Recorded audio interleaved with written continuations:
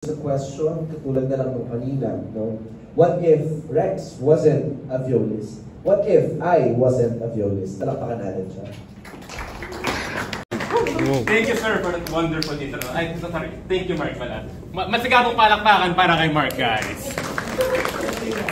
Alright, so let's get down to brass tacks, no? So, sabi nga sa speech ko, what if hindi ako isang violista? Well, and sabi rin dun sa bio note, di ba? Being a violist is part of my identity. Well, it's true nga naman, di ba? I've played the viola for 8 years. And usually, pag tinatanong ako, lalo ng mga music people, sinabi, kilala ko ba si Rex? Sasabihin nila, oo, yan yung nagbo-viola. So baka hindi kayo naniniwala na nagbo-viola talaga ako. So, konting sample tayo. Ay, di pala kayo, di nyo mga viola. Either way.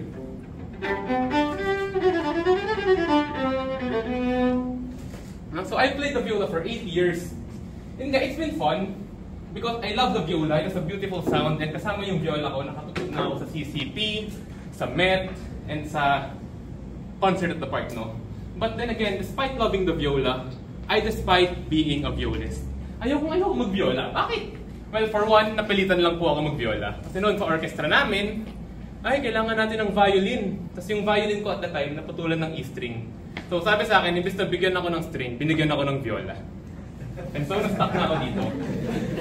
And another thing, when it comes to orchestral pieces kasi, ang boring tinutugtog ng viola. Sure ako alam niyo yung melody, di ba? Pero kasi kami mga unsung heroes. Kami yung hindi nyo naririnig, yung mga gumaganto-ganto kami.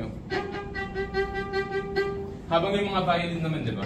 Yung mga violin, they get all the fun shit, the good shit. Yung mga...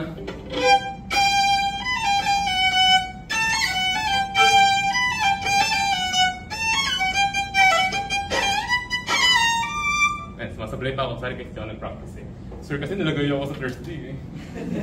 Either way, para sa akin, kung yun ang tinutugtog ko sa viola, napakabagal ng growth ko. Parang feeling ko hindi ako nag-grow as a musician, hindi ako nag-grow technically. And yeah, from that point on, I despised being a violist because I was forced into being this. Pero hindi ba familiar sa atin yung scenario na ano? Yung parang may gusto ka talagang gawin, pero because of some reason, sinabi, ay hindi ka pwede dyan, dito ka na lang. Doesn't that sound familiar, no? And that is what I want to talk about today. That is compromise.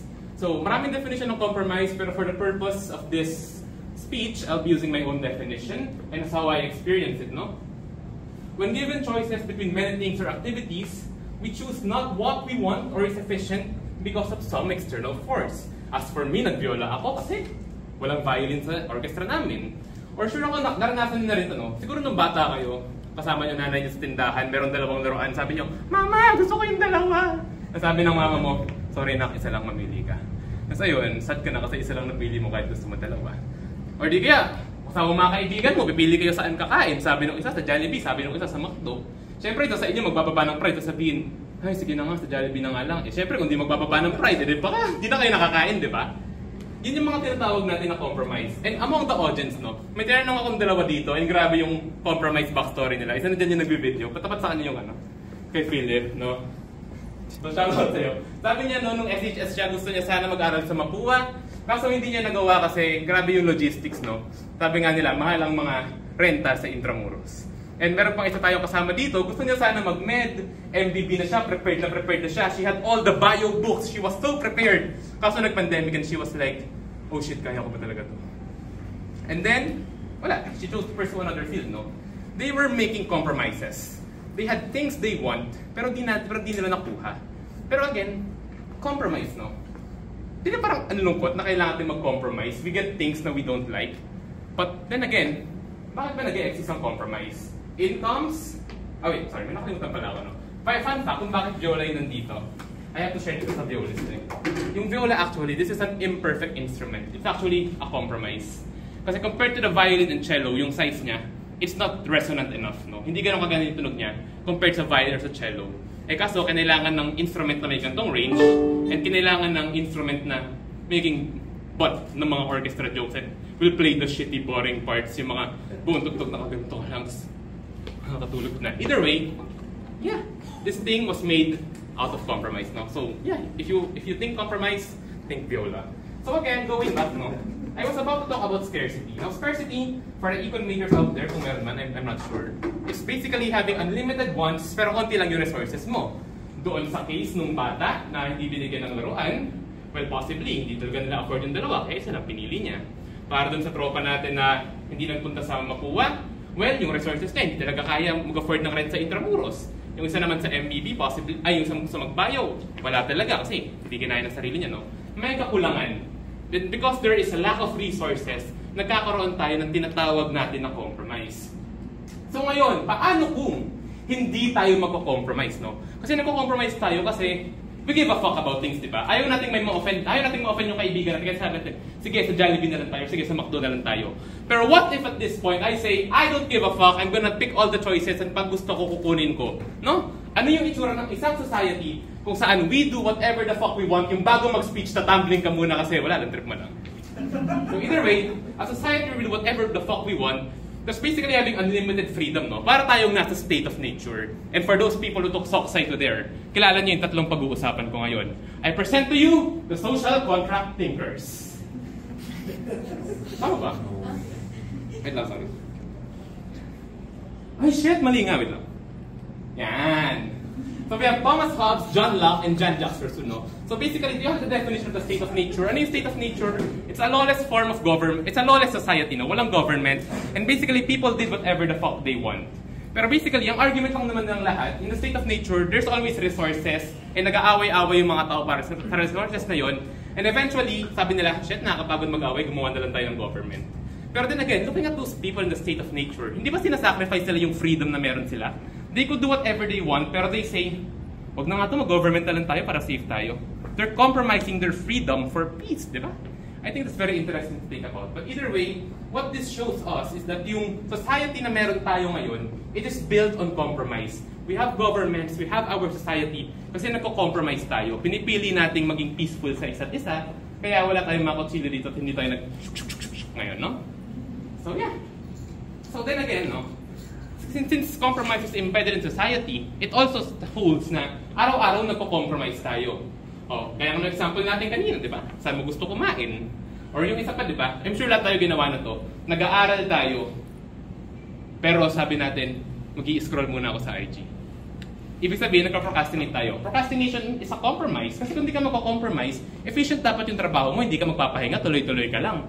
Para pagtapos ka, puro relaxation na lang. Pero then again, tao lamang tayo.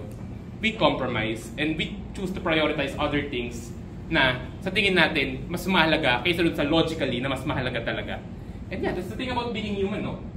We keep making compromises. It's part of our experience and that is what makes us human. Yun nga, no? And the society of being human, nagiging tao tayo kasi nagko-compromise tayo, no? Tignan niyo yung mga hayop sa paligid, di ba? Ang iniisip lang naman nila, kakain ako, matutulog ako. They don't give a fuck about other animals. Wala silang pake, no? Or if they give a fuck for other animals, para lang makakain lang din sila. Pero unlike us humans, we give a fuck about each other, no? Di ba? May pake naman tayo sa isa't isa, di ba? So yung group hug nga tayo, mamaya. Either way, we give a fuck about each other. So yeah, napaka-human na experience ng compromise, no? And the good thing about compromise is, ayun nga, it keeps the peace in society. So, totoo ba na kung magko-compromise tayo, then sure na pupunta tayo sa worst spot? Na kung magko-compromise tayo ay, siyempre, it's a negative thing, di ba? Like, siyempre sure ako si Philip na sad siya na, ay shit, di na ako nakapuntang Mapua. Or yung gusto magbayo, siguro na sad din siya. They told me na maybe their life would have been better kung nakuha nila yun. Pero, is compromise always a bad thing? Do we always get the short end of the stick pag pinili nating mag-compromise? Well, as for me, as I've said, that's false. An example of that is me. Si Rex, yung violinist. So, as I've said kanina, I didn't want to play the viola. And honestly, that's because gusto ko talagang being violinist. Yun talaga yung gusto ko. But at the end of the day, nung nag-violin ako, hindi ako masipag mag-practice. And sumipag lang ako nung nag-viola ako. And I came to realize na, kung ano man yung tinatamasa ko sa violin ngayon, all the sounds I'm able to make, is because I wielded the viola. It's because nag-compromise ako at naging viola ako nun. Kaya lahat ng tinatamasa ako sa musika ngayon, ay meron ako. And of course, syempre, just to give credit din naman, everything me musically right now is just not to my own credit. It's also the credit of my teachers, my supporting peers, my supporting friends. Syempre, yung napakaganda kong girlfriend. It's siyang prutas at kulay.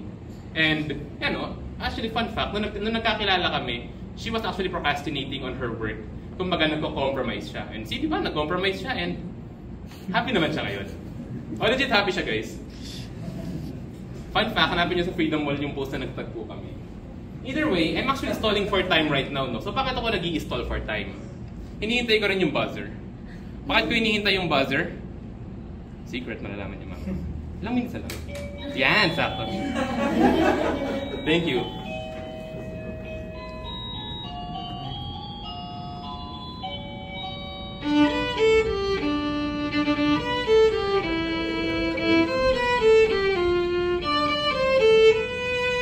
And so now, my friends, I want to show to you kung ano ba ang naging resulta ng pagko-compromise ko.